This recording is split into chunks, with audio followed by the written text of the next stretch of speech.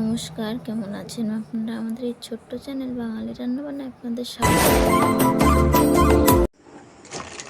আজ বানাবো চিকেন ঘুগনি। তার জন্য আমরা বুটটা ভিজিয়ে রেখেছিলাম। বুটটা আমাদের ভালো মতো ভিজে গিয়েছে। এবার এটা কড়াইতে দিয়ে দেবো।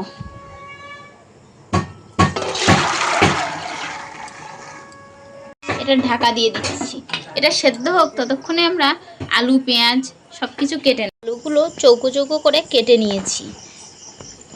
এবার বুটটা আমার প্রায় সেদ্ধ হয়ে এসেছে। এর মধ্যে দিয়ে দেবো কেটে রাখা আলুগুলো। একসঙ্গে সব কিছু সেদ্ধ হয়ে যাবে।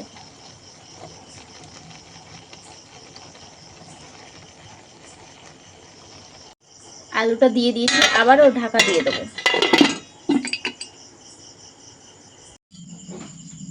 ঘুগনি বানানোর জন্য আমরা কেটে রেখেছি পেঁয়াজ, আদা, রসুন, কাঁচা লঙ্কা আর চিকেন ছোট ছোট করে কেটে নিয়েছি। কড়াইতে দিয়ে দিচ্ছি সর্ষের তেল। এবার এর মধ্যে ফোড়নে দেব শুকনো লঙ্কা, পাঁচ ফোড়ন আর গরম মশলা।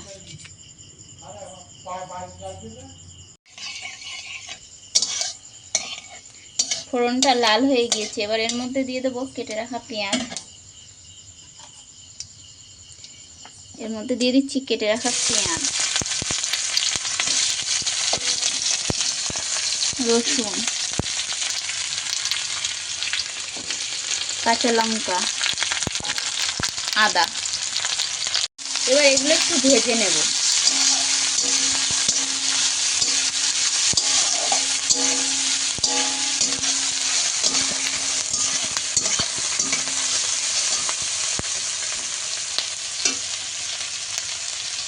এবার এর মধ্যে দিয়ে দিচ্ছি কেটে রাখা চিকেনগুলো।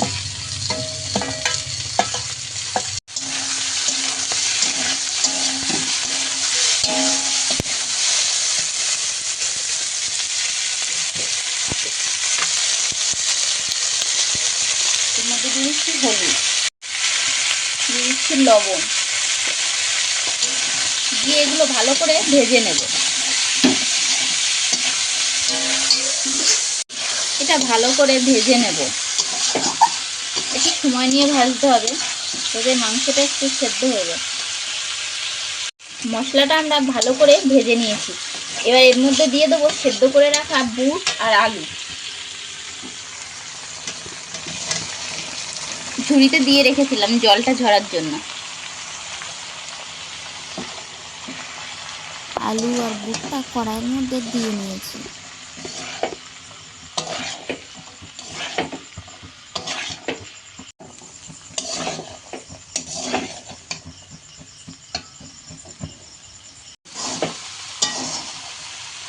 এবার সব কিছু একসঙ্গে ভালো করে কষিয়ে নেব। সব কিছু ভালো করে মিশিয়ে নেব।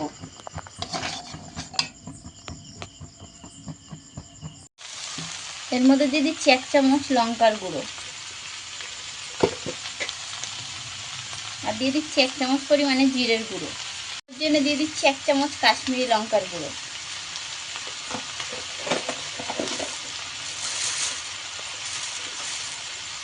দিয়ে দিচ্ছি স্বাদ মতো চিনি।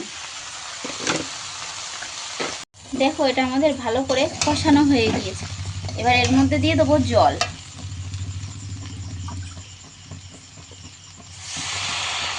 এর মধ্যে দিয়ে দিচ্ছি আমরা গরম জল।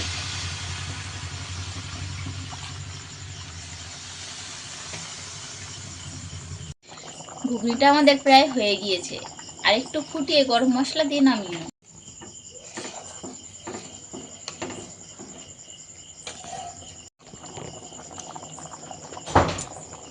এর মধ্যে দিয়ে দিচ্ছি গরম মশলার গুঁড়ো। এবার এটা নামিয়ে নেব। আমরা ঘুগনিটা নামিয়ে নিয়েছি। এবার এটা রুটি বা ভাত যে কোনো কিছুর সাথেই আপনারা খেতে পারেন।